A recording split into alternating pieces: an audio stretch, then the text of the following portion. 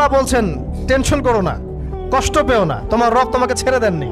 ওয়ালা সাউফা ইউতিকা রাব্বুকা ফাতারদা, তোমার রব তোমাকে শীঘ্রই দান করবেন আর তুমি সন্তুষ্ট হয়ে যাবে। আলাম ইয়াজিদকা ইয়াতীমান ফাআওয়া, আল্লাহ বলছেন আল্লাহ কি তোমাকে ইয়তীম রূপে পাননি, এরপর আল্লাহ কি তোমাকে প্রতিপালন করে বড় করেননি? ওয়াজাদাকা দাল্লান ফাহাদা, আল্লাহ কি তোমাকে পথভ্রষ্ট পান নাই, তোমাকে আল্লাহ পাক হেদায়েত দেন নাই? তো আল্লাহ যে এগুলো করেছেন সে আল্লাহ তোমাকে পরকালে ইনশাআল্লাহ ভালো রাখবেন।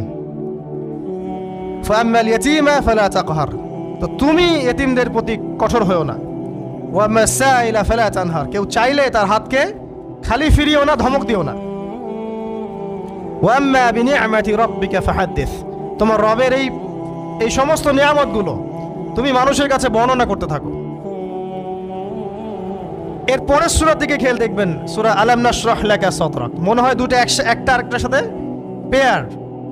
আলাম নাশরাহ লাকা সাদরাক, আমি কি তোমার হৃদয়কে প্রশস্ত করে দেই নাই? ওয়াদা'না আনকা ওয়িজরাক, তোমার বোঝাগুলো হালকা করিনি? কাকে বলছেন এগুলো আল্লাহ পাক? রাসূলুল্লাহ সাল্লাল্লাহু আলাইহি ওয়াসাল্লাম। তো যে মানুষটা জান্নাতে যাবে নিশ্চিত, এবং যিনি জান্নাতের দরজা না খুললে জান্নাতের দরজা কারোর জন্য খোলা হবে না, যে মানুষটা হচ্ছে ভদ্র, স্মার্ট, বিচক্ষণ, কোনো মানুষ পৃথিবীতে নাই। সকল ধর্মের মানুষ মানে এটা। কিছু আছে শয়তান, মানুষ টুবি শয়তান, এরা মানে না, বাট দেখবেন ম্যাক্সিমাম মানুষই মানে, হোক সে ইহুদি বা খ্রিস্টান বা হিন্দুইজম বা মুসলিমরা তো মানেই, সবাই মানে।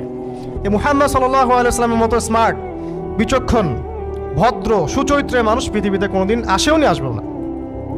তো সেই নবীর জীবনটা আপনি পড়ে দেখবেন, আর রাহিকুল মাখতুম বইটা, যে চড়াই আর উতরাই, খালি